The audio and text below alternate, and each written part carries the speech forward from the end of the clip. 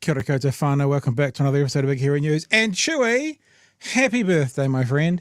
Happy birthday. I would now... Oh, we're having a drink, are we? Okay, hang on. Oh, shit. It's all fizzy. It's gone everywhere. All right, hang on. I'll join you. Oh, there's so much fizz. I can't get it open. Here we go. Oh, yeah. Cool.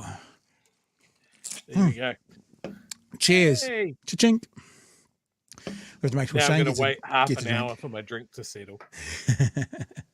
Hey, happy birthday, man. Thanks for coming and playing with us on your birthday. I thought you would have done like lots of businesses out there go, oh, you can have a day off your birthday. But you're like, oh, no, come and play. What'd you get? What'd you get? My workplace did give me the day off, which is great. Yeah. Because, no one wants to work on their birthday, really. Especially if you work in customer service. It takes like one bad customer. You're like, why are you being mean to me on my birthday? So I'm kind of glad of that. I have had a lovely, relaxing day with the dog and listening to music and just chilling at home.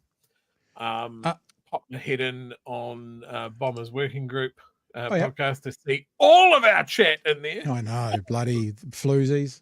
I know, I see them over there. And I've got to say, like, I know we clip Working Group reasonably often. It's the first time I've watched a whole show, and Damien isn't great in the long format.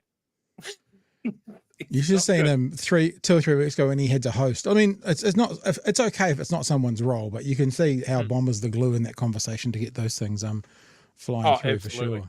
I think he made the statement that Luxon's managed to secure visa-free travel for China. Japan. Oh, he said to Japan, yeah. I saw that. He said Japan.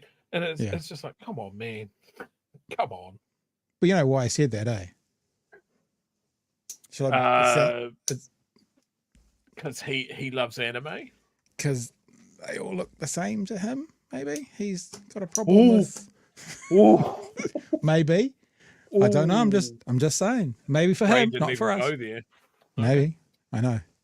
Apologize. Okay. I also sent you. Did you see the birthday present I sent you on the text? I'll show it to the whānau. So because I'm not. I gave Chewy a present today. I don't normally engage in trolling, and Chewy's the master of it. So this is one of our clips from last night when we talked about having empathy. You know, and I said last night something like if I was going to be on the wrong side of a part of society, I'd rather be on the wrong side. I'd rather be empathetic and get it wrong than be an asshole and get it wrong. You know, so I'd rather be that side. And as a birthday treat for you, a certain pile of uncooked pancake batter jumped into my feed. Yet you managed to do the latter on a regular basis. Now, this is actually really interesting. The latter would be wrong with being an asshole. So the pancake batter is calling me an asshole. And I thought, who am I an asshole to? So the response to him was, of course, the only person I'm an asshole to is you, Karen. Little bit of projection there. You hypocritical steaming pile of pancake batter. Does Plunky want Daddy to kiss it better? So that was my birthday present to you, for someone identifying me as an asshole. Can only be the person who is the biggest asshole in independent / speech mark around his independent media. But we are assholes to him, so fair enough, I guess. If little Ollie called me an asshole, and he never does. This is something that, actually, you've scratched an itch here. He always comes after you. He never comes after me.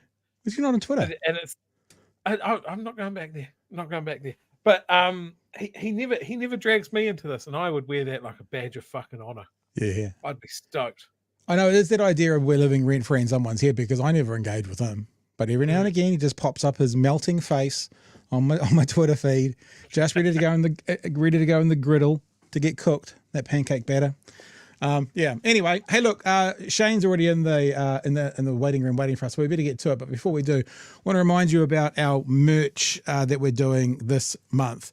We've got all the regular merch on sale right now, which is the BHN hoodies, BHN t-shirts, the personalized hoodies, and the personalized t-shirts. Now, if you want a t-shirt or a hoodie with your name on it, then make sure you click on the personalized ones. Okay. And I think we can do up to 10 letters. I think that's what it is. Because I think I counted out Britain in. If I was going to do it, it would just fit. So be aware of that. Maybe it's not that much. And they are being printed, not as we speak, but today, because I got a phone call from someone because there was an error in one of the things. So they're getting printed as we speak. So I may well have them all by tomorrow. And then I'll do some slave labor with my kids and get them to put them in the post and get them out to you. Quick, smart. Now, the birthday special, because of course it's Chewy's birthday today. It was my birthday on Friday. It was George's birthday, who's OG BHN, on Thursday. And something else, Jason out there, who's kind of our tech guru, his birthday on Friday as well. So it's like the BHN birthday month. So from our present to you was we put the crew shirts on this month, which is normally only available to patrons, but I couldn't figure out how to do the patron page shop. So I thought I'd put them up here for this month as birthday special. So anyone can get the crew gear for this month, but only this month. Now, finally, our buffer gear this year, and look, you'll be proud of me, I corrected the spelling mistake. Our buffer gear this year is supporting the Cancer Society. We launched this last week, right? And for people who don't know, the buffer brand is based around Professor Margaret Mutu when Chewy asked her a question of, as non-Maori, what can we do to help in the fight? And she said, be a buffer, stand in the gaps, and if they won't listen to us, maybe they'll listen to you. So when people get on my Twitter feed and accuse me of having white savior complex, what I say to them is, well, I'm either going to listen to you or I'm going to listen to Professor Margaret Mutu. I think I'll stick with the professor over you. So 25% of the profits of these buffer shirts goes to the Cancer Society. No affiliation with the Cancer Society, but we thought because National did a job on them last week in removing those cancer drugs, that would bring some attention to it and get some stuff done. Also, though, we've got a very, very, very loyal and generous viewer who says up to $500, they will match whatever we run, whatever we fundraise for the Cancer Society. And I've said BHM will also match it. So what that actually means is buy some buffer gear, and you've got till Thursday, 25% of the profits go to the Cancer Society, and it gets matched by a viewer, and it gets matched by us, right? So bhnshop.nz to get your buffer gear, or all the other merch and stuff is there as well. And as you know, we figured out kind of last month when we did one for medical aid to Palestinians, MAPS, that even though this buffer idea was set up about how non-Maori can help Maori, there's a lot of places you can be a buffer for. There's a lot of places that you're maybe not a part of that you can stand in the gap for. So we did it for the Palestinians last month. We're doing it for cancer sufferers this month, or for the Cancer Society. Next month, it'll be for someone else as well, which also means this is exclusive gear. It will never be to return. This is the only time you can get it. If you're a blue and yellow kind of person, then that's you. One more thing. I'm sorry we're taking so long. I've also decided, because of the announcement or the news from Marama this week, that just to entice you to buy some buffer gear, I've still got some Beardy Boy gear left over. Like this one. I've got some black on blacks and some yellow on black t-shirts. I'll throw a free one of those in, no extra charge, no nothing, for any buffer gear bought this week. So if you bought it this week, I'll throw in some merch as well. Now, I may not have the exact size you need. I'll try and match it to whatever you order. If I don't, I'll fire you something and you can give it away. So let's just go through this. You buy your buffer merch, 25% of the proceeds go to Cancer Foundation.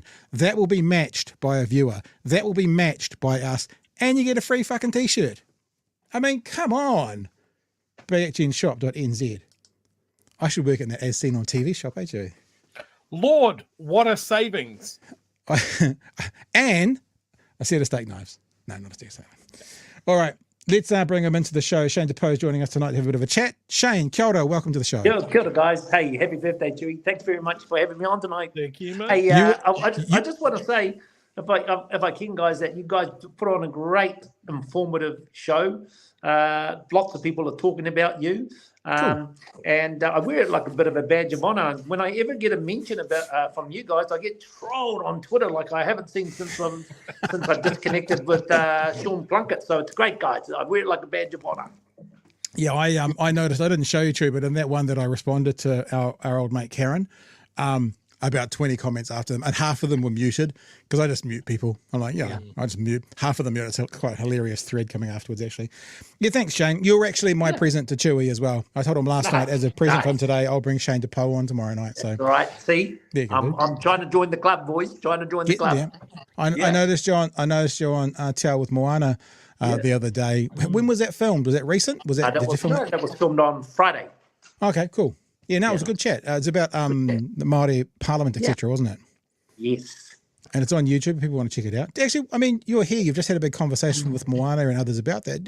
That's not necessarily one of our topics for tonight, but what are your thoughts around a Maori Parliament?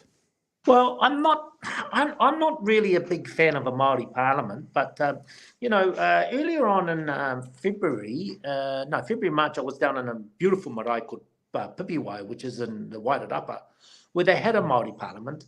It didn't make laws, it didn't make statutes, but what it did is it brought people from all over the motu to come and have a kōrero, to talk about plans of action, to talk about how they can deal with the government. So from that perspective, I sort of support a Congress, a vehicle for us to have a kōrero. There are very different degrees of this occurring as we speak with the iwi Leaders Forum. We've had 2 fantastic hui this year, one in Hirutanga and Hastings, and one in Turanga Waiwai. I'd like to see that carry on. So, from that perspective, I am a fan of it, and I think kōrero and consensus and driven approaches makes common sense.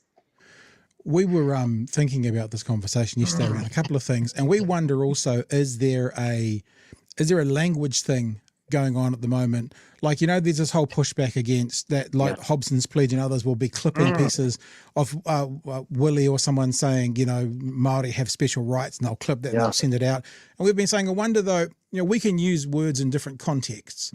Like someone in our chat last night said perfectly, I've got property rights on my property that you don't have. We are equal in society, but we have different rights in that situation.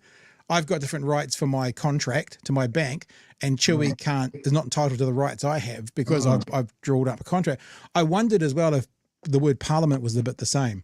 And I said last night, Julianne Genter once talked to me about one of their policies was about affordable quality housing, and she didn't quite word it like this, but she kind of basically said it's something to throw out for the future and try and work towards. It might not look like that exactly when you get there, but it's like it's something that might be unobtainable today, but a set of words, a set of policies to work through to get to a better place. And I wonder if that's a bit the same with the Maori Parliament, if it'll be a Congress, if it'll be a different way of being involved in Parliament without being a separate Parliament. You know what I mean? No, I absolutely think that is the pathway that many of us Māori want to go down. And the other thing is that, I'm in my late 50s now. The kohanga reo generation that is a real political force, is a real force for I think positive and collective change for Aotearoa New Zealand. I think they're ready to be handed over the baton, and I think that's something that they're very equipped to do. So I look forward in my own way in terms of supporting that type of kōrero. Yeah, Chewy, do you want to add anything to this casual conversation before we move on? Yeah, I mean, I was thinking on this a little bit as well just after the show last night, and I think that the call for Maori Parliament is a separate thing is what's really going to set people off. Whereas what you're saying, Shane, is it's just like we need to get, or Maori need to, find those ways of getting everybody together and pulling in the same direction. It's anything with politics is divide and conquer. Yeah, and one of the big threats to this at the moment is devaluing the treaty or coming up with different interpretations, and we're just going to split people off, and then it's going to be last man standing. Yeah, and I think a very important component of this kōrero, and I saw it at Turanga Waiwai. Unfortunately, I didn't get down to the latest which Ngāti Kahungunu hosted, but I did see at Turangawawa plenty of tangata treaty, as Dennis rightly coins the phrase, and I think there is a role in this kōrero, in this journey for tangata treaty and some form of collective collaboration. Yeah. And you mentioned the Kohanga Reo generation. Yeah. You know, we've mentioned that a couple of times on the show, that the crop of young Māori leaders coming through are going to be a force of nature, in my opinion. And if they have the backing of tangata tiriti, you know, the buffers, as we call them, you know, I think that's heartening. Yeah, guys, I think one of the things that Seymour, Brash, and they're like sort of really don't understand is the transformational change that Aotearoa New Zealand has undertaken, particularly in the last 25 years since the birth of the Kohanga Reo movement. And, you know, we said the local census up to 100,000, almost 1 million people identifying as Māori, and I just see it in my everyday life. When I was born and bred in a very small town, but you had a Māori family here, you had a Pākehā family there, you had a Māori family up the road, but it just doesn't work that way. Now, you know, there are blended families right throughout Aotearoa. My kids go to a school where Māori are, well, my daughter does certainly, where Māori are a minority, but and there are a lot of new immigrants that go to that particular school, but tell you what, they take on, they celebrate, they recognise, they love, and our reo and our language, our customs, and it gives them a sense of belonging. And I got a little bit emotional the other week. I went to the school and I watched this young, she mustn't have been more than 13, 14, Indian girl get up and give a pepeha, and her pepeha was rangitoto, her hapu was Ngāti Whātua ki Ōrākei. And I happened to be talking to one of the Ōrākei leaders a few days ago, and I said, how do you feel about that, brother? He goes, I love it. Because their mountain is our mountain, and this is just second nature to our young people, and in many respects, I think it's Seymour, I think it's Brash, and I think it's that, and particularly Brash's generation that are missing out, and they should just get on board, because it's actually quite a beautiful thing. Yeah, hard nuts, bro. Totally, I completely agree. All right, cool. Let's get into some other stories of the day. First of all, Mr. Arvids, happy birthday, Chewy. Thank you for your super chat there. Yeah, thank you. Campbell, happy birthday, Chewy. A gift from the whole chat. Get yourself a webcam. Gold is happy oldening, Chewy. Congrats on another successful solar circumnavigation for the webcam fund. Very different from what I was just heading down towards there. To the fabulous hairy birthday boy from Kiwi. Thank you for your super chat. Ryjan, $2 more to the hairy birthday boy fund. Thank you for your super chat. Tongan Jandal, $10. Good evening, Wall. I hope everyone has a great day. Love and positive vibes to you all. Is Tongan a new chat there? That's a new name. All right. Peter says on the Maori Parliament, I doubt a Maori Parliament would be empowered to levy taxes or pass laws, but as an ongoing forum, it could be a strong advocate. Kooky, belated, unpunctual, as recompense to this era and timeliness, please accept this koha in lieu of my arrival. Thank you for the super chat. And Blue Dog has just given us a super sticker, but I think you can only see those in YouTube. So, Chewy, you can see what the super sticker is from Blue Dog. Thank you for the super sticker. Appreciate that very much. All right, guys, let's have a chat about this. Because on one hand, I'm kind of, I'll show you. I did this before we started. You see that? That's my cursive.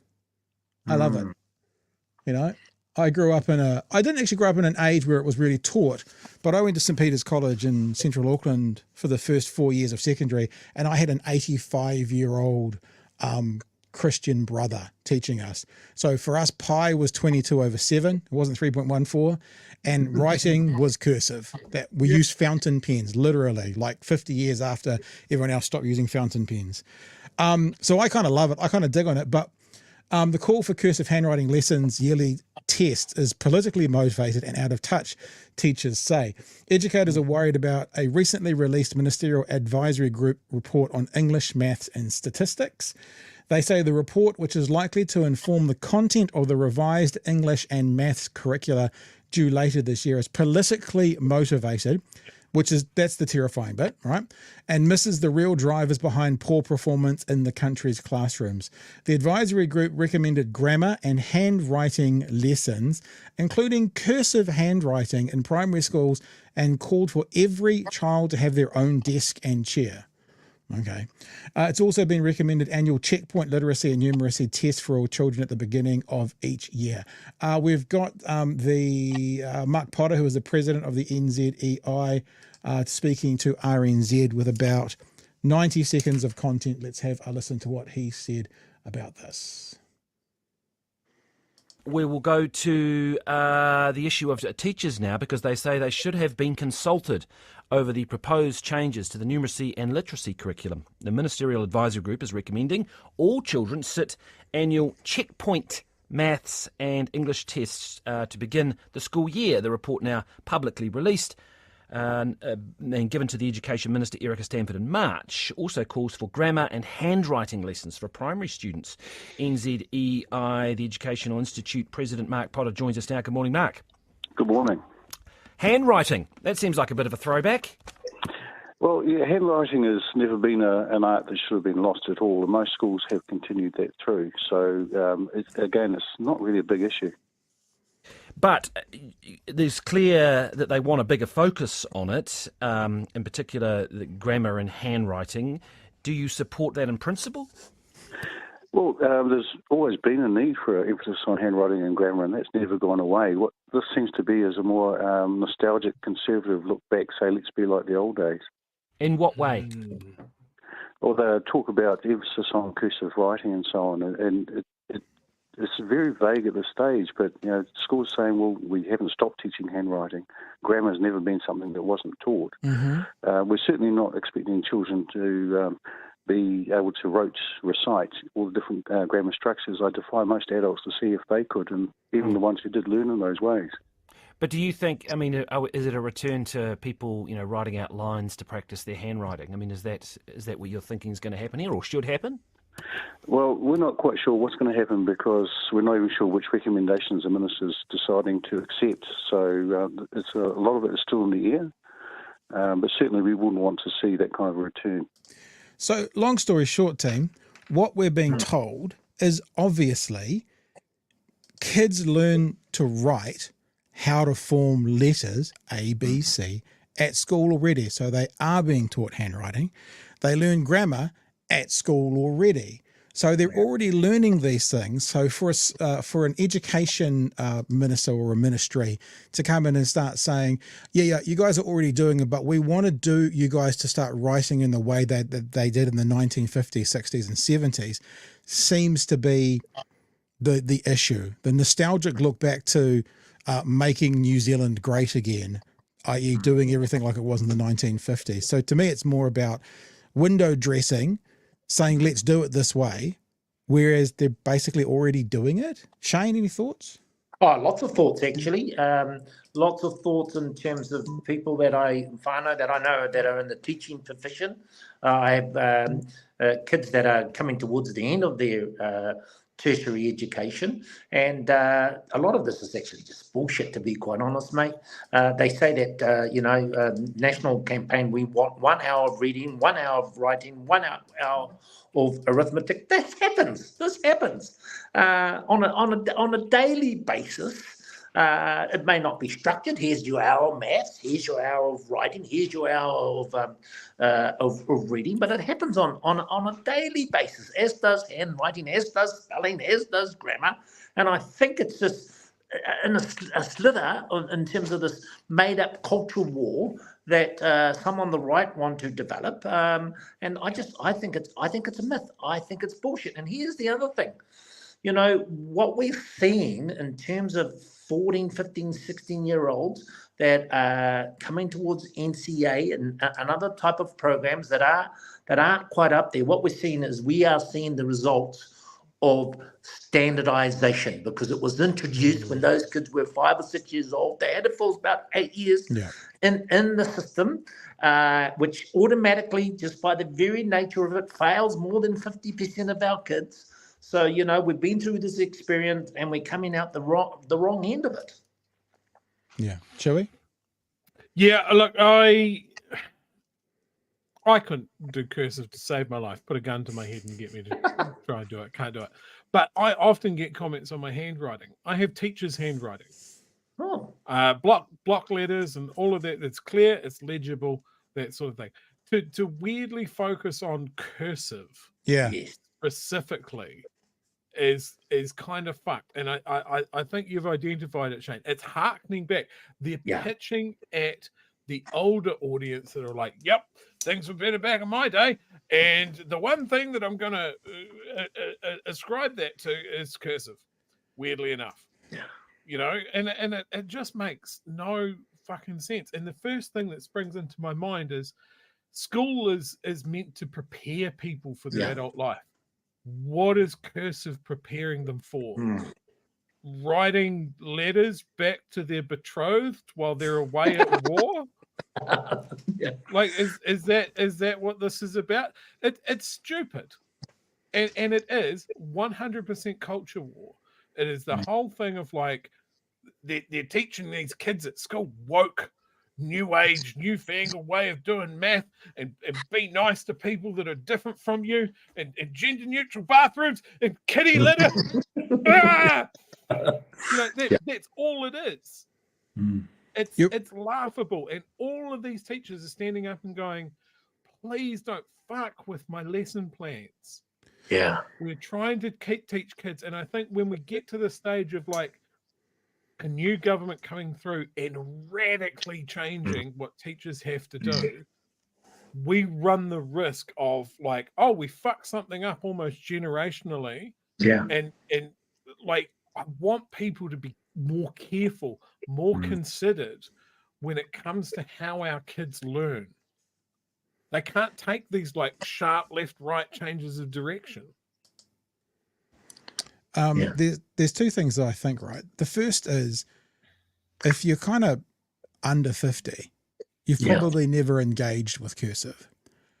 How many teachers are under 50?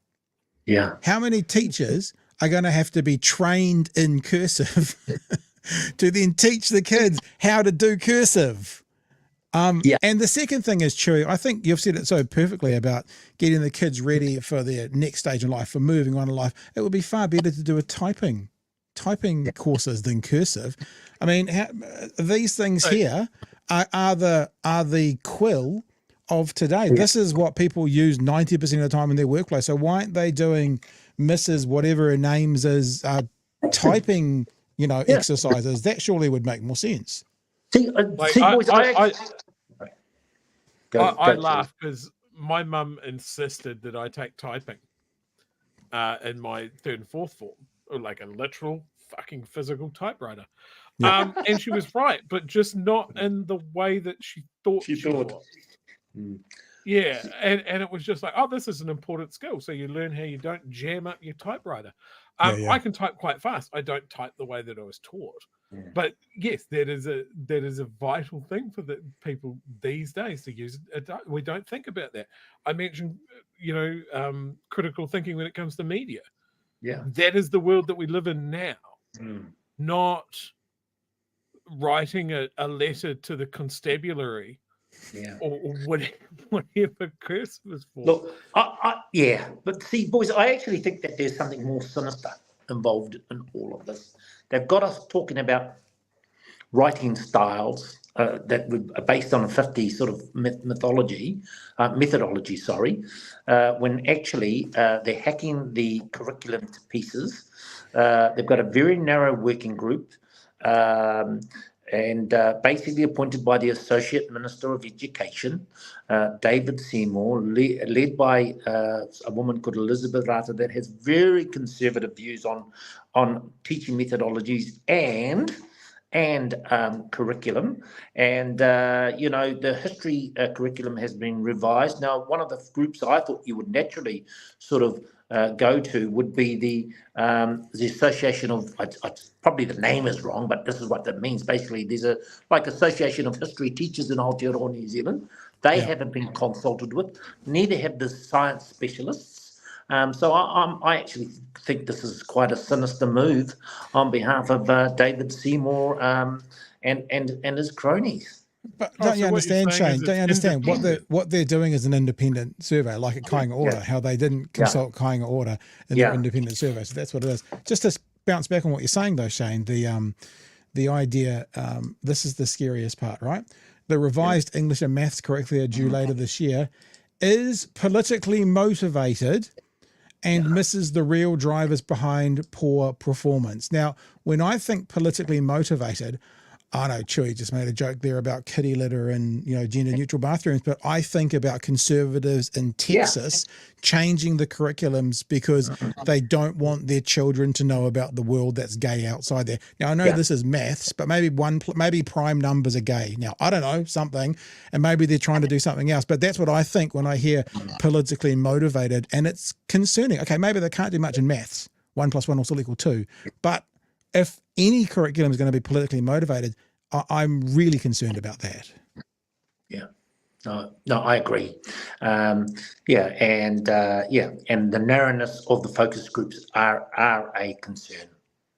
And it does, as you said, Chewy, if you do change it, it's changed for a generation. And here's the other thing, just my day-to-day experience with I work with a really great bunch of young people.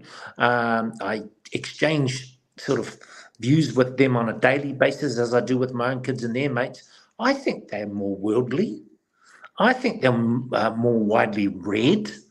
I think that they're able to be very coherent in terms of their written form. And I think that your average 16, 17-year-old kid in 2024 is certainly a lot more worldly and not more knowledgeable and a lot more engaged than I was at their age. And we ought to be celebrating these young people and not sort of shitting on them.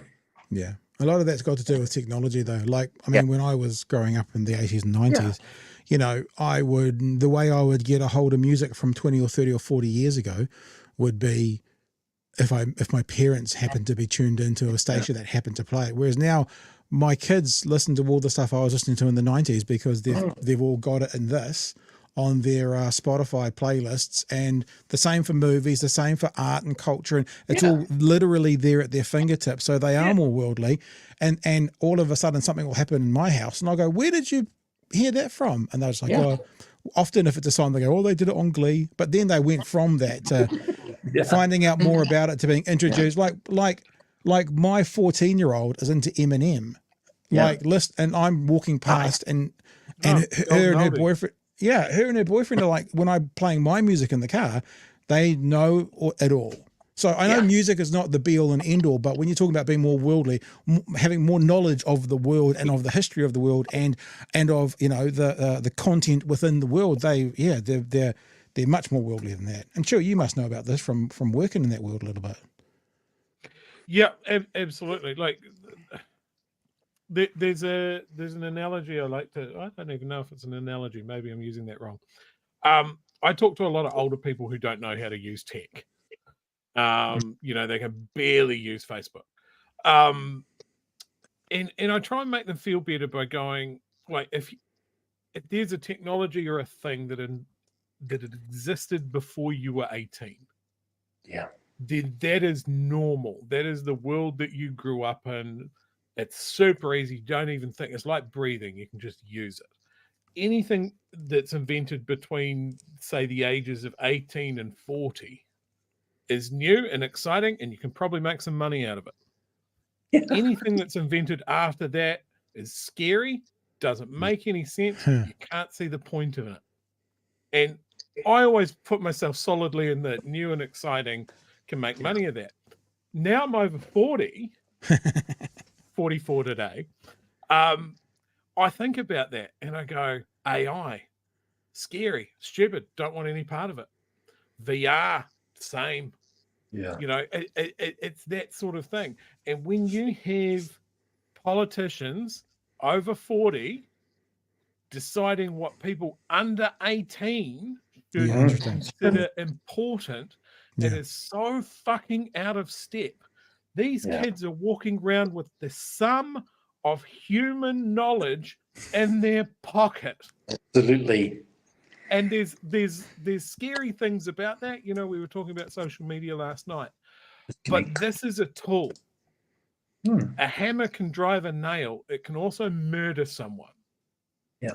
It's how you use it, and it's how we prepare our young people for the world that they exist in. And what is going to come after this that I think is more important than loopy letters joined together. It's so funny, Chewy, you say what resonates. Like, I think I've told this story before, but just to kind of identify how a younger generation don't understand. I'm quite a good juggler. Right? I've learned to juggle, and I used to do it on stage, and I'm proficient. I'm not an expert, but I'm proficient. And I was showing some kids how to juggle. It's quite an easy process to go from 1 ball to 2 to 3. Yeah. And I don't know how old she was then, maybe 10. But my youngest said to me, "Oh, Dad, how did you learn how to juggle? Did you watch it on YouTube?" I'm just like, you have no idea of the world before YouTube, because YouTube has been there your whole life pretty much. It's the same. I had I can't see what it is. My kids were playing with like building blocks once, and they got out like a Lego. You know how Lego's like 6x2 or whatever, so it's a rectangle, and they put a Lego block on the shelf, and they were looking at it like this. What are you doing? We're watching the TV, Dad. Like they were playing, and I realized, because to them this is a TV. It's a widescreen. That's all there's ever been.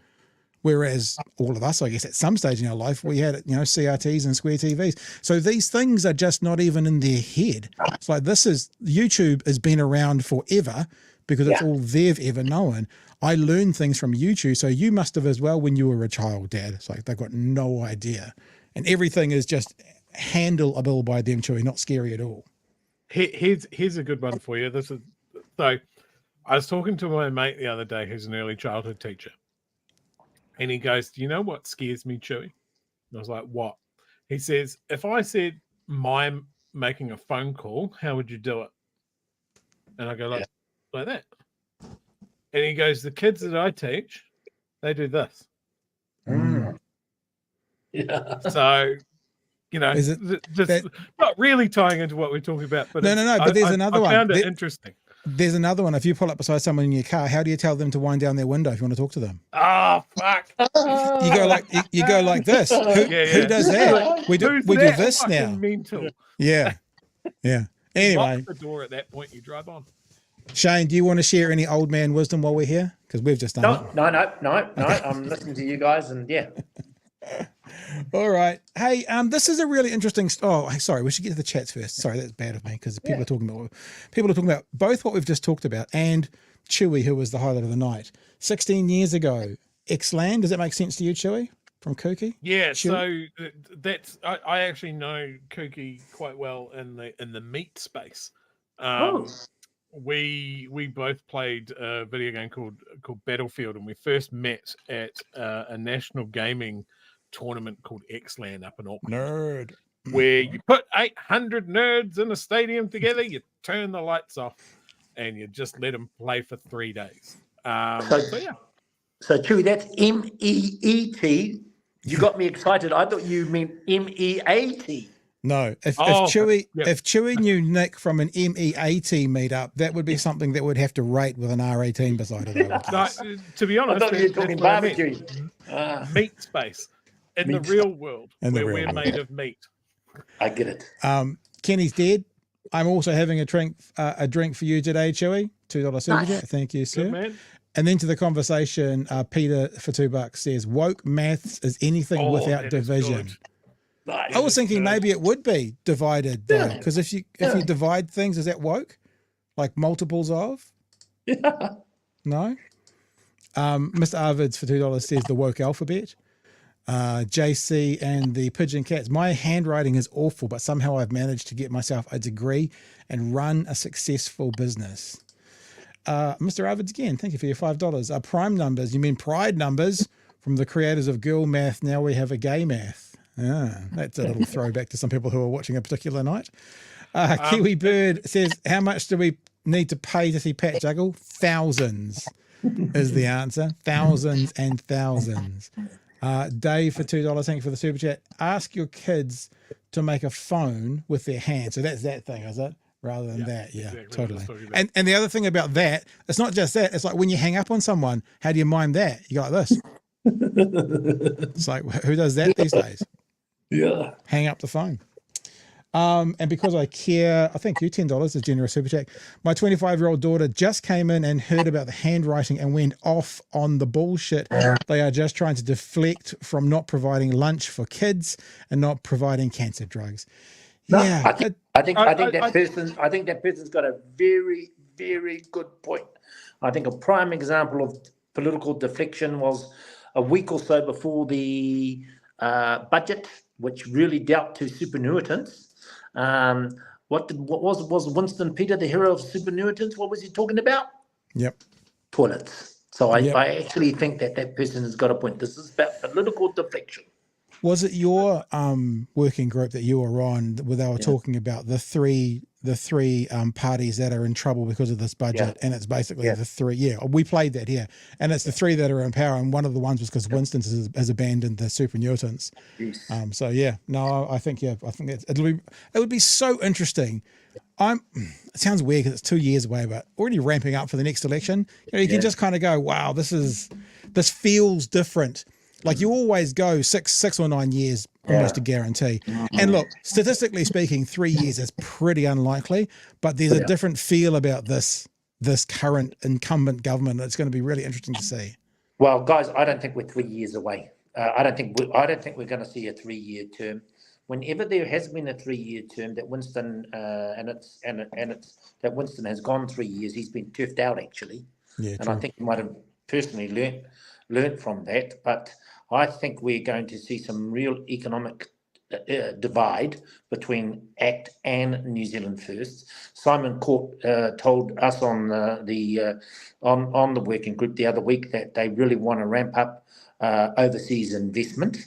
And Winston Peters has spent 40 years of his life driving up and down on his bus and cars, etc., in small town New Zealand, running against international investment. And so you've got, an economic liberal, and you've got an economic sort of nationalist. Now, I think the party's going to come to an end a lot sooner than the 3-year term.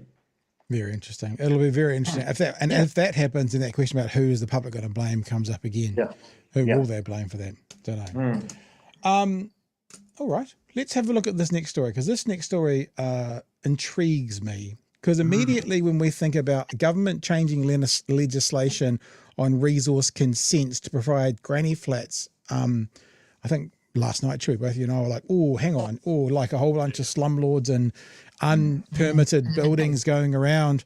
So let me read a bit of the story to you. Proposed law changes which would remove the need for building consents on homes under 60 square metres in certain areas are being met with enthusiasm from housing providers and the opposition, which is the interesting part.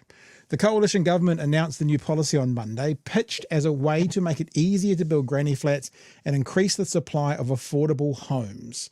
I don't know how affordable rentals maybe, but building a granny flat doesn't make an affordable home. But unless they're saying the rental is my home, I think the language that they're using here, granny flats, set off my alarm bells straight away. Yeah. If they said tiny homes, that would be a different story. So, I mean, if one of the things around people buying tiny homes as a way of at least getting some sort of home and not renting it is getting councils to sort of consent to tiny homes has been really difficult because they're kind of grading it like a proper full-size building, and they just aren't. And then it has to have wheels, even though it's never going to be like there's lots of fuck things. They might be onto something.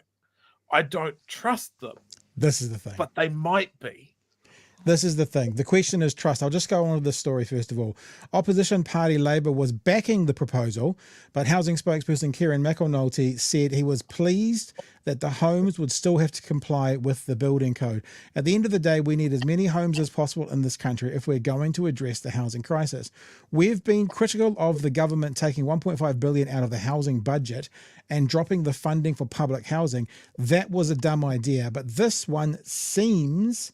it might be a good one. The story goes on, and Kieran mentions water runoff, stormwater, etc., and goes into the last part I'm going to read. Says AUT Professor of Construction. That means he's got the really colourful hard hat on. John Tukey said the changes would save a few $1,000s in the building process, which actually is 3/5 of fuck all if you're building a granny flat. But anyway, and would generally be a positive move for housing supply. But he agreed with concerns around water runoff and warned there needed to be recognition that the increasing housing densification would put out more pressure on infrastructure and services like drinking water, sewage, roads, schools, and GPs. There's going to have to be some sort of consideration of minor issues such as stormwater runoff, sewage requirements, water provision, he said. If we're going to get an extra couple of 100,000 people in Auckland, then we've got a couple of 100,000 people of additional water consumption that we're going to have to supply. And I think what you just said, Chewy, kind of follows on from the conversations around Luxon wanting or calling for an independent investigation into whatever went on at the Manurewa Marae. And on one level, people kind of go, well, if it's independent and it's above board, but the big thing is, do we trust Luxon? Because as we said earlier as a joke, the last independent didn't include Kāinga Order whilst Bill English was looking at Kāinga Order. So I guess what I hear Labour saying is generally this sounds like a good idea, but as we always say, as everyone always says, the devil is in the detail, guys. And can we trust this government to get the detail right? Look, I'm not opposed to it. There's a bit of romanticism, though, that a granny flat is somewhere in the country where you put your mum and dad at the back. A lot of hapa and iwi saying, "Oh, this is quite exciting in terms of papa kāinga." Yeah, I get all of that, but I also live in not far away from the CBD, and last year we had major flooding, and it wasn't because of there was a lot of rain, but actually the infrastructure became overwhelmed very quickly. And I think what we could see intensification without the infrastructural planning, and sewage, drinking water. All of that is very important part of the component. So the devil is in the detail, but there are some real negatives. But I don't think it's a discussion, a debate that we should shy away from simply because it's National's idea. I think there's some merit in it, but I know that most of this will take place in bigger cities that have got major infrastructure deficits. Here's the big concern for me. It seems both Labour and National are talking about building granny flats. And the way it's being said, and Chewy, I think you kind of echoed it as well about tiny homes, is building something on the back of your property. Yeah. Now, I know a little bit about granny flats because when I lived in Auckland, we had 3 properties like after each other, all of which we had people living in the basement. I think a granny flat in a lot of places is a basement flat. Yeah. And I know that when we converted a basement in West Auckland in Titarangi, it cost us then $25,000 to completely refurbish it. And my mate bought a place in South Auckland, a 2-bedroom, maybe even a 1-bedroom unit for like $250,000, and we were getting the same rent. So it was actually much more financially advantageous to convert downstairs. Now, when we converted downstairs, we didn't get consents. We did things properly, but we didn't get consents. And I know other people wouldn't get consents to convert downstairs. We'll just chuck a kitchenette in there and there's already a toilet. We'll find a place. They're the kind of granny flats that concern me, not so much the ones that are a new build out the back or a versatile, cottage that they put out the back, that kind of stuff. And I know that the guy who did our plumbing for this place we put in underneath, we needed to have a sump outside because it was underneath the level of the the pipe. So it went into a sump and then it got pumped up and out. And he said, with that word of a lie, we'll just put a rubbish bin in, a plastic one, and then we'll get another rubbish bin and turn it upside down and put it in on top of it. It's the cheapest way to do it. And we went, how would you do it properly? And properly is it's a concrete vessel and it's sealed. But he would have very happily just have put a rubbish bin out there as the overflow to then pump the waste out of that up into the thing. So they're the granny flats that concern me more, that won't need the consents that the current ones do, rather than the cottage out the back of the property. The problem we have, and look, we, like most people out there watching and listening, you normally talk about your own immediate experience.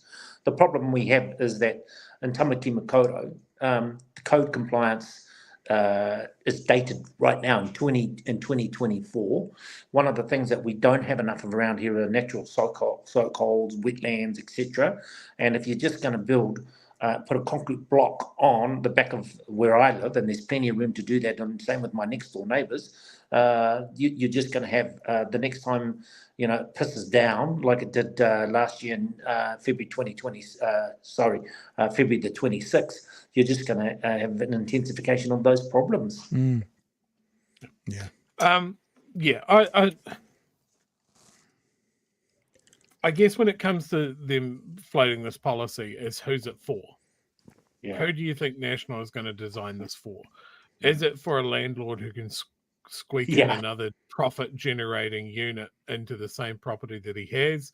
Are we going to see more of those absolutely dreadful garage conversions? Yeah.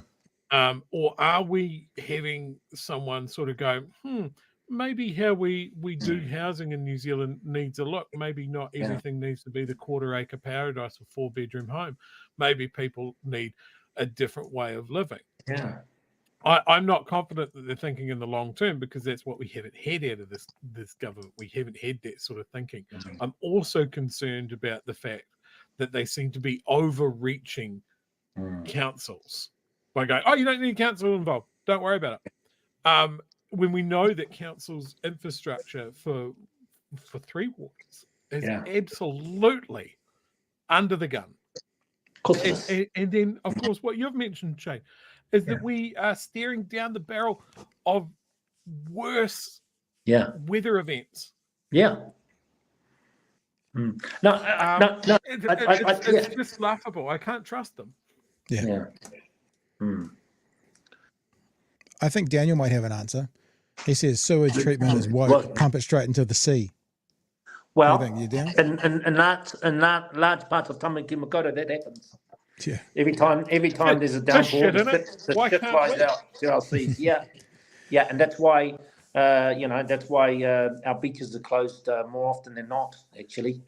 Hey, I'll play you something else. This is on the same kind of subject, but Chris Bishop was in a press conference. I think this was yesterday. This is thanks to stuff.co.nz, their little kind of TikTok account, and it's a really interesting dynamic, because I would think the supporters and voters of National do not want house prices to go down. But Christopher Bishop seems to be on this tightrope of housing's too expensive. Oh, so you're trying to push the price of houses down? Well, there's other ways we can handle it. But if housing's too expensive, what do we do? It's too expensive. And he kind of does, but won't, but sort of will, but won't talk about driving house prices down. But of course, what their answer is, I should say, is of course everyone should just earn more money, and then housing is not quite as expensive because you can afford it. So it feels like they're trying to dance this little dance at the moment. I'll play it for you, where they're acknowledging that housing is too expensive, but they're not prepared to put things in place to drive the prices of housing down, because they know their voters and funders won't want that. Yet they can't ignore it. So they're kind of stuck in this middle ground of having to half say things and not say other things. Have a listen. The price needs to reduce. We want housing to be more affordable for New Zealanders. That is a major work stream of this government. Average house prices in New Zealand are too expensive. Average house prices to average household income are too high. By any objective measure, they are severely unaffordable by international standards. We now have one of the most expensive housing markets in the developed world. Just semantically, you're saying something a little bit different there, though. You have previously said that house prices need to drop, which shivers up the spines of every homeowner in the country. So do you still think that house prices need to fall? Well, I'm not sure I would put it in the way that you put it. So the flip side of house prices falling for people who own homes is that they become more affordable for people who don't own homes. And there is a whole generation of young New Zealanders who have been locked out of the housing market because average house prices are too high. And then you ally that with deposit requirements from the Reserve Bank through the LVR restrictions. Okay, so we could change deposit requirements. That could be something. That's a way around that problem as well.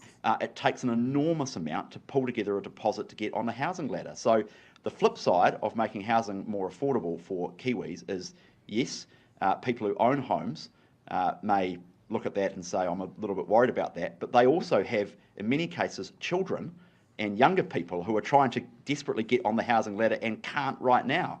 So the flip side of that is it becomes more affordable. And if we're going to be a property-owning democracy, which we used to be, we need to make housing more affordable. And it is outrageous that average house prices in New Zealand have risen faster than any other OECD country in the last 2 decades. There are many reasons for that. A big one is our planning system, which we are sorting out.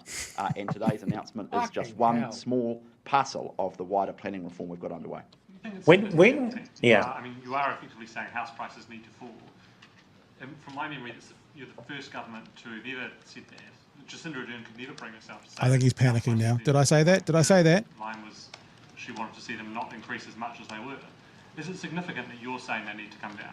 Well, you'll be the, I mean, you write a column every week, Thomas, so no doubt you'll write a commentary about it. But there are lots of ways to make housing more affordable. One way is sustained moderation on house prices. Another way is to go for growth and have a sustained lift in incomes in this country. There you go. So that people are better able to afford housing that is more relevant to them. So there you go. So you got to run away from that a little bit, kind of caught on the fence there, Shane. You were going to say? Oh, look, look, none of the major parties, let's be honest, really want to invoke a policy that does see prices of houses drop. That's just the reality. But the other thing is that there are other things that have an impact on housing that we don't talk enough about, and one of them is the sustained debt that many Kiwis are in for a lot of their lives as a result of student loans. You know, and you've got people my age still paying them off.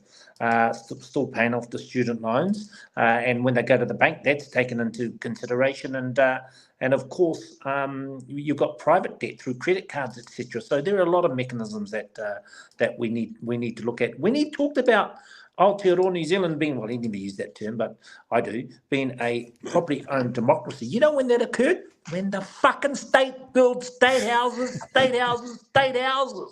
and that's the answer. Yeah, totally. I have said this many times, and I'm going to say it again. Yeah. One of the major problems that we have in this country is that people don't own homes, their own homes. And I'm not talking about building a rental portfolio or that sort of thing. And I'm also not talking about the people that have like maybe a rental, one rental, not 27 of them. Is that the safest, sanest way for people to grow their money is to own property. It's a tax fucking black hole. Yeah. It always goes up. Always. Because no government wants to turn around and do what Chris Bishop just did and said everything's too expensive. We want to devalue your investment. That's what he's trying to avoid saying at all costs. While saying it. Trying to avoid saying it while saying it. Yeah, that's what he needs to say, and he should turn around and go, if you don't want your portfolio to go down, sell it now. Invest in a New Zealand business, and then I'd be singing his praises all the way. But no, like we need to build more, and we need to do it ourselves, and not invite overseas investors to come in and do some fucking horrible Grenfell Tower type thing. We need to do it ourselves, but we need to do it in a way that makes sense. And my biggest thing is there might be a kernel of a good idea in here, but we have to dig through shit to get to it. Yeah. And we don't trust this mob to have the people's best interests at heart, but they will have the property owning classes' best interests at heart. Nice. All right. A few texts that have been coming in since we've been chatting. JK, thank you for the super chat. We have a government governing by slogans. James, thank you for the super chat. Make housing more affordable by building more affordable houses, maybe. Does Chris Bishop live with his parents? Is that something that's happening? Because Mr. Arvid says, why are we listening to a housing minister that lives with mummy and daddy?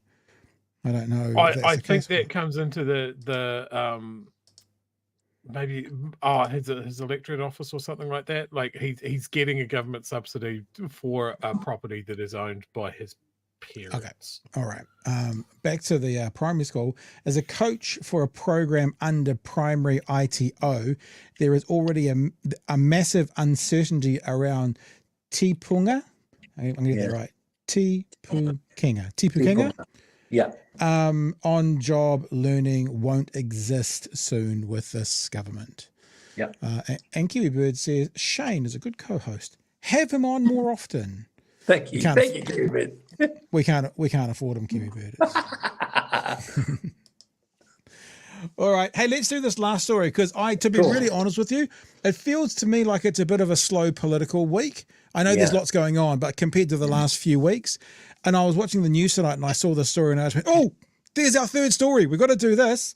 So Mr. Luxon has been talking to a News Talk ZB host, bragging kind of like a teenager does, that he's cooler than the last group of kids that came through.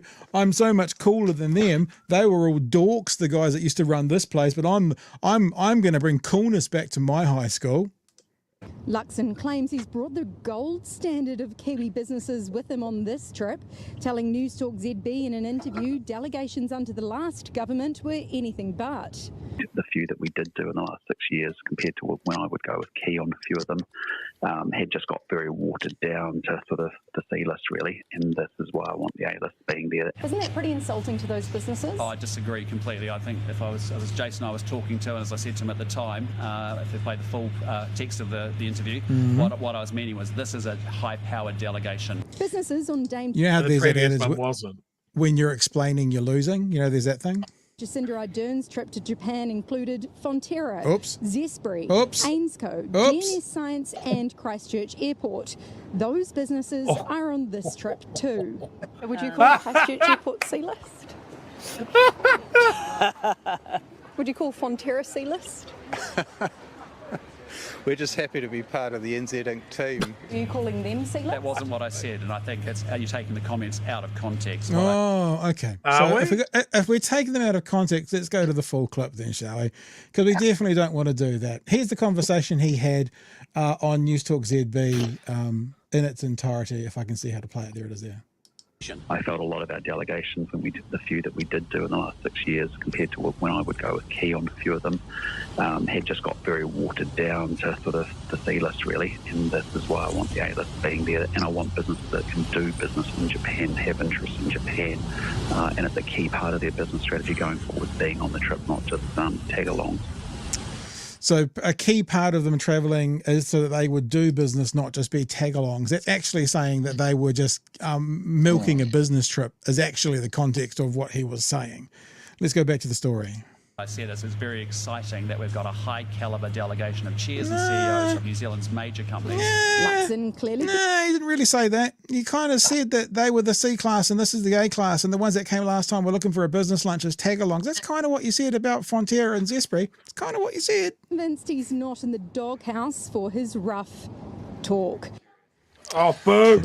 Now listen, we don't normally play the commentary, let's boo that pun first. Okay. Boo, boo, boo, boo. Okay. We don't normally play the commentary afterwards, but the reporter spoke to the businesses off air, and it's interesting to hear what the businesses like Fonterra and that said off air. Straight to Tokyo. Kia ora, Amelia. How have Luxon's comments gone down with businesses on this trip? Well, Sorry, Chewy. I'm just getting you prepared for a worse pun. I remember what she says. Just get ready. It's bad. Spoke to a few of them today and they were pretty reluctant to talk about it publicly, probably because they didn't want to rain on the trade missions parade. so to speak. But off camera, they do seem pretty unimpressed and perplexed, and one told me that he just didn't agree with the comments whatsoever. You can imagine that's also, these are the guys who slogged it out for almost 40 hours in transit to get here. But business is just one of the focuses of Luxon's trip to Tokyo. The other is political. Today he announced New Zealand would be increasing sanctions against North Korea's ballistic missile program, and for the first time will be sending NZDF ships to monitor those sanctions. This comes... Listening to Matthew Hooton tonight on Bomber's show, which we might play this tomorrow night, he basically said these trips that Jacinda took and Luxon took are exactly the same, only Luxon's plane broke down. Yeah. I thought it's got quite a good analysis. Can I make two points? I think, please, honestly, three actually. I think he's just been a bit of a wanker, and probably just trying to overplay his sort of friendly, warmly relationship that he has with some of the hosts on ZB, and he's been caught like a possum in the headlights. I didn't see the TV3 clip, but I did a little bit of research. In fact, about 25% of the people that are on or the type of roles that they're in, like CEO of Air New Zealand, etc., were on a lot of Jacinda Ardern's trips. When she took them, and let's just remember, folks, that Jacinda Ardern and Damien O'Connor did a pretty good trade deal with the not only the European Union but the UK in their last term. And in fact, the reality is that it's only been Labor that has brought home free trade agreements. Before the election, this government was talking up a free trade agreement with India. That is just fucking bullshit. It's never going to happen. They're an agriculture-based society, a long way away from New Zealand. They don't like us. They don't like us eating cows, let alone them wanting to buy cows. And let's just see what runs they get on the board in terms of free trade agreements under their tenureship. Yeah, Joey. I just love the fact that he just basically went, I didn't bring the losers. I didn't bring the losers that the last government did.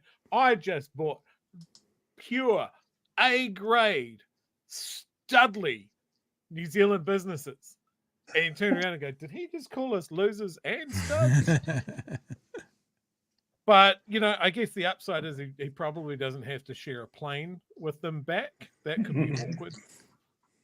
Yeah. But yeah, it's always the same businesses we take to Japan.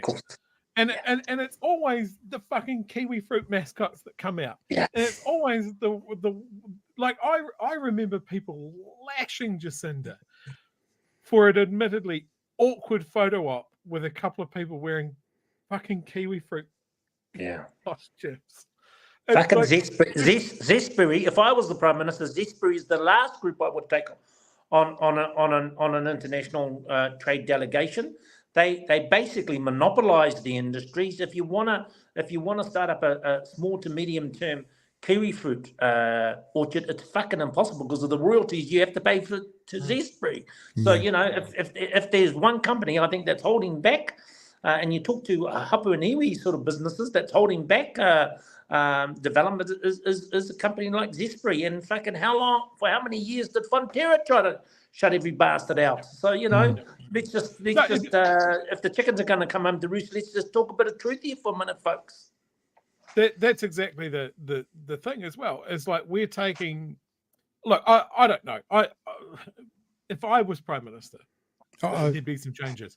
But apart from that, like what's better is that you take the titans of New Zealand economy over to Japan, or do you try and find the up and comers, the guys that can grow something? Yeah. Like, I honestly don't know what would be the better approach here. But does Fonterra need the help? Yeah. Does Zespri need the help? Or should they be taking BHN? BHN, an upcoming sort of media company trying to take over the world, maybe, Chewy? I tell you what, our incisive commentary, once we break into the Japanese market, Number one in Swaziland. Can I tell you a group that was missing from this delegation that no one really have noticed? And these are people that employ tens of thousands of people and that have billions of dollars worth of investment in the primary industry. A lot of the iwi leaders stayed away from this delegation because they're pissed off with the Prime Minister. Wow. You just look at those faces that were on that little clip there, obviously missing. There's a question that we posed at the start of the year, Shane. Maybe you could enlighten us on a very small tangent. I was thinking with how, I don't mean to sound patronising, but I'm addressing this as if the government are patronising. That's based on the question. Why are Māori, especially groups that put forward, the representatives of culture and stuff when groups come to New Zealand, why are those groups allowing themselves to be wheeled out by this government to do the dancing and the singing, and then they get put inside and have legislation after legislation after legislation after legislation done to them to harm them? I know it sounds patronising, but I'm saying if I was in National thinking about that way, why don't Māori go, bro, this is a partnership. Partnership means we get win-win. At the moment you want us, there's a win for you. Where's our win? No, I don't think it's patronising.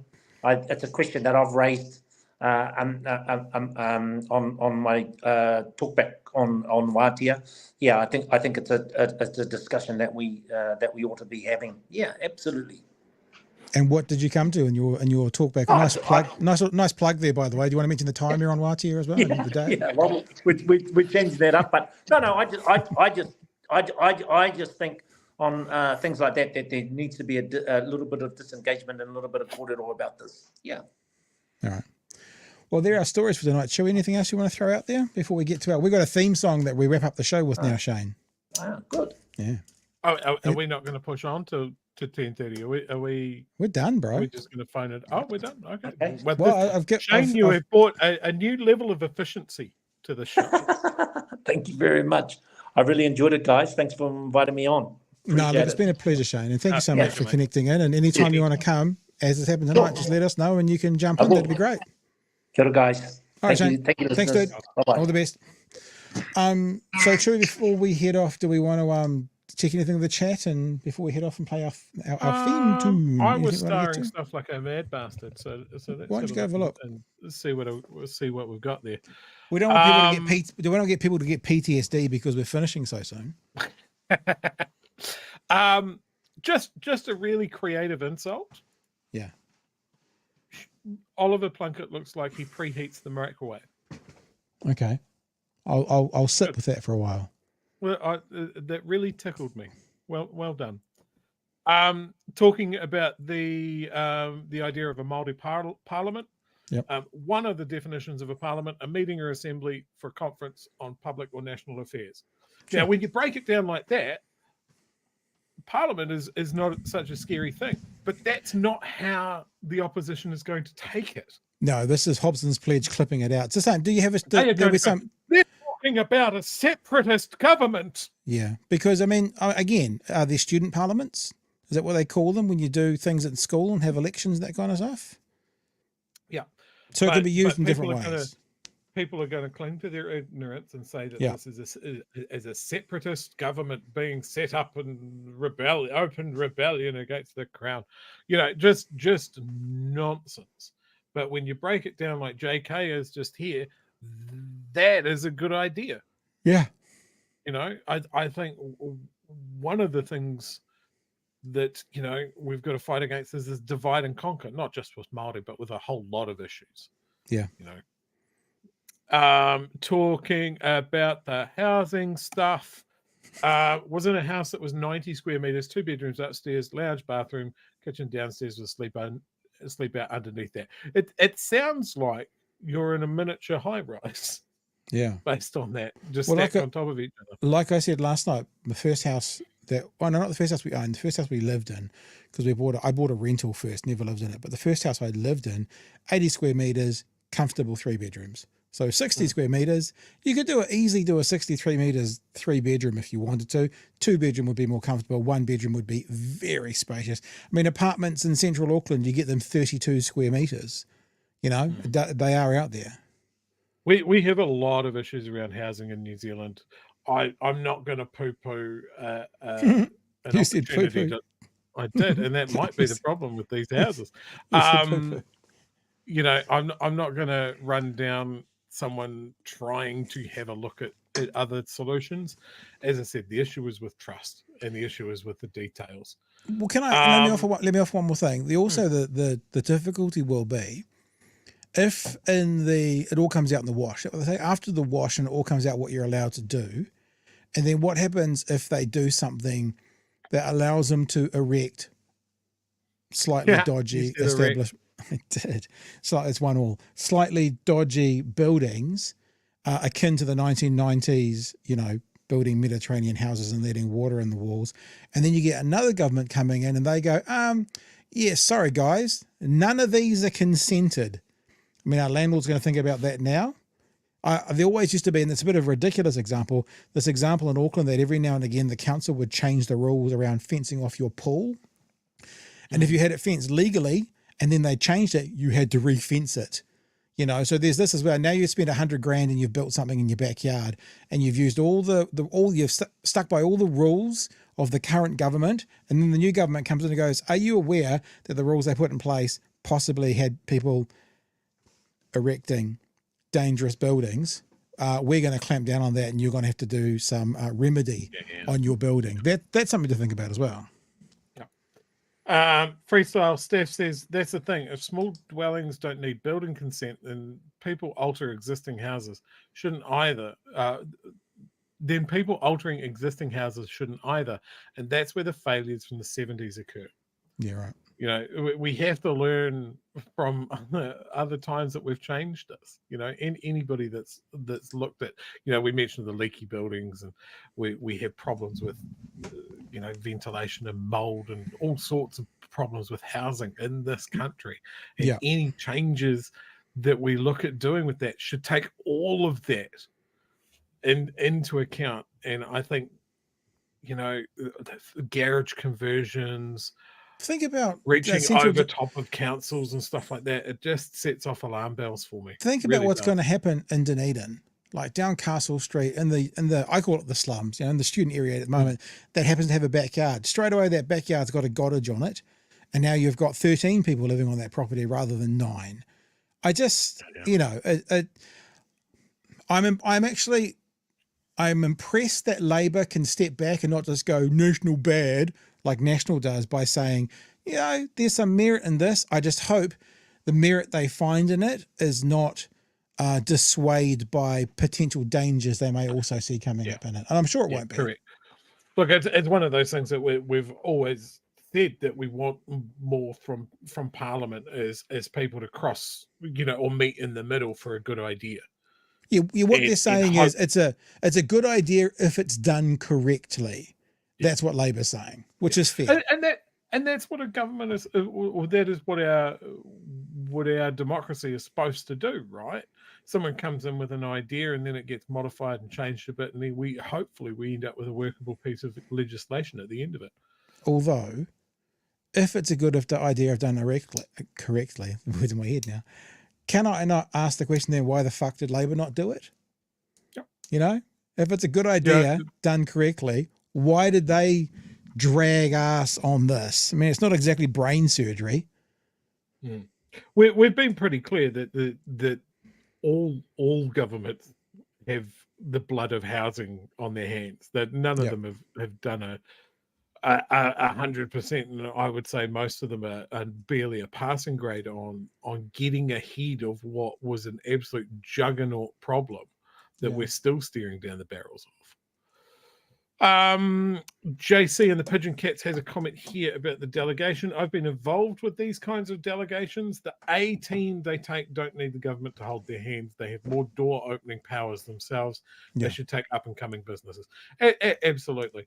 And I think, one of the obligations of the government should be really look at something that is unique to New Zealand that would bring some value out of the Japanese market. And that, for me, sounds like Maori business. I wonder as well, I don't know this, my ignorance, when they say the government takes them, does Fonterra actually pay, or does the government pay for them to go over and stay and all that kind of stuff? Is it a government? Is it on? Because if it is that way, what they could do is if they're paying for these companies to go with them, if we're paying for it, then we could say to the Fortune 500 companies, you guys can come paying yourself. We're going to take these up and coming companies. So you could give them a way that they're not locked out of it. But if the government is paying for taking some, then they can take the up and comers. It will be a win-win in both areas. Kind of a side issue with that, with the conversations about the plane breaking down and that sort of thing. I noticed I waded into the comment section on the New Zealand Herald article and ZB article. I'm sorry, I made a mistake. But look, there were a lot of people there going, like, the Air Force should get an expensive new plane and Luxon should always travel commercial and that sort of thing. They are overlooking one of the benefits of taking an Air Force plane is that you can take a trade delegation, you can take the press with you, all of that sort of thing. It doesn't work unless you go to Air New Zealand and say, can we please have an entire plane? But you could do that. I mean, Air New Zealand went and picked them up. One of the reasons that they did that was they had the CEO of Air New Zealand there, but we, the government, the people, own 51% of Air New Zealand. So you could also do that. You could also go, you know, we're taking this plane, you know, book it a year out, so there's lots of notice, because obviously Air New Zealand can do it because they've done it as an emergency this time around. I don't also have a problem with the idea, and it's a bit like a government house, of money being spent by this government on assets and resources for governments to come.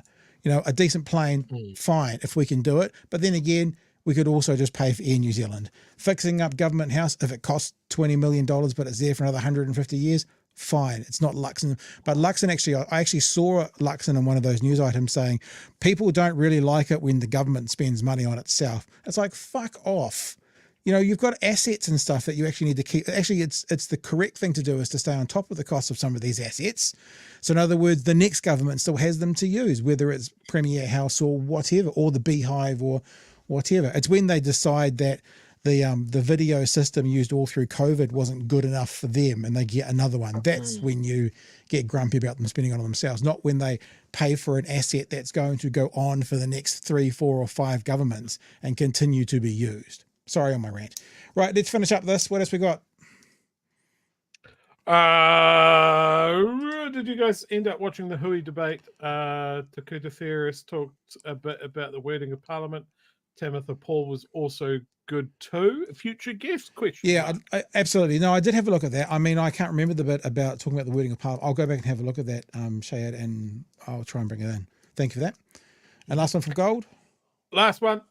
Planning ahead. Party vote BHN. Electorate vote Chewy for Prime Minister. Vote early, vote often. Absolutely. Okay. And I welcome your support at this very early juncture. You will be one of the chosen. I just about muted your mic then, just for a second, just to see what happens. I'm being censored. My opinions are being censored. Oh, lovely people. It's been a lovely show, and I'm very grateful that Mr. Tapo decided to join us tonight. What a fun time we all had. And you pick up the news, big hairy style, keeping it loose. News feeders, where the politics play, they bring the truth every single day. Talking about the mess all over the land. They shine a light with a mic in their hand. No time for cheese, just facts straight up.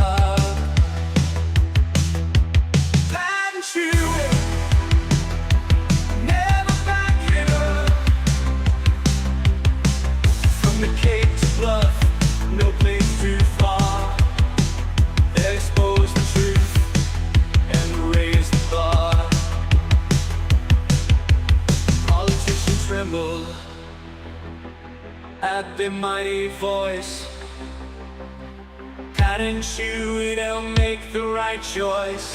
Thanks for being with us tonight, guys. If you've enjoyed what we've done, love for you to visit our Patreon, join up, become a patron, patreon.com/Big Hairy News. Visit the merch store, BigHNshop.nz. Remember, we're fundraising for the Cancer Society this month. And thank you to Shane DePoe for joining us as well. It's been a fantastic night. Chewy? Cheers, fam. Thank you for all the birthday wishes. Happy birthday, Chewy. We'll catch you tomorrow night from 9 p.m. for another edition of Big Hairy News. Hooroo.